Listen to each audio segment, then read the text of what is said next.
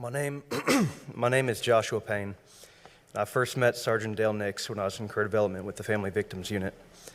Prior to this, I had never really considered working these types of cases. Like many of us, I was more interested in going after guns and drugs than dealing with the kind of emotional baggage that comes along with this type of work. I also wasn't what many people would consider to be the most compassionate officer.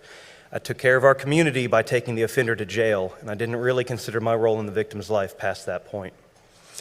However, after my first week working with Sergeant Nix and learning more about the Family Justice Center and what the Family Victims Unit actually did, he had me drinking that Kool-Aid right alongside him. He had this infectious energy about the type of work, both the criminal investigation side as well as the advocacy side, that made you truly understand how a single individual officer could have a greater positive impact on the lives of the victims. After that first week, I knew I had found my place in this department, and it was with this squad doing work worth doing.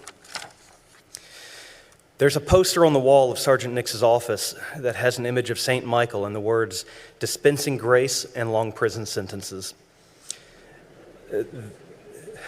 This slogan goes to the heart and goals and intentions of Sergeant Nix with everything he did. I think it's something he was pretty proud of. He was focused on both holding offenders accountable as well as helping the victims find grace and healing. I think the best example of this was how Sarge would volunteer to go to First Appearance to speak on behalf of the victims who either couldn't go or who did not want to face their abuser. He would speak to the courts about the personal impact that strangulation, domestic assault, child abuse, sexual abuse had on the victims, with the hope that the offenders would receive additional consideration regarding pretrial release.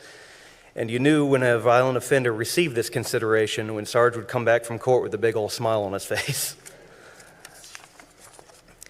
But more than just standing for victims, Sergeant Nix also stood for the men and women who worked with him. Sarge treated each of us with the utmost respect, whether you were sworn personnel, professional staff, limited duty, pre-hire, or career development. You can really see this when you look at our squad photos, which were up on the walls or up on the projectors earlier. If you look at the squad photos, you'll almost always find a person who is working career development.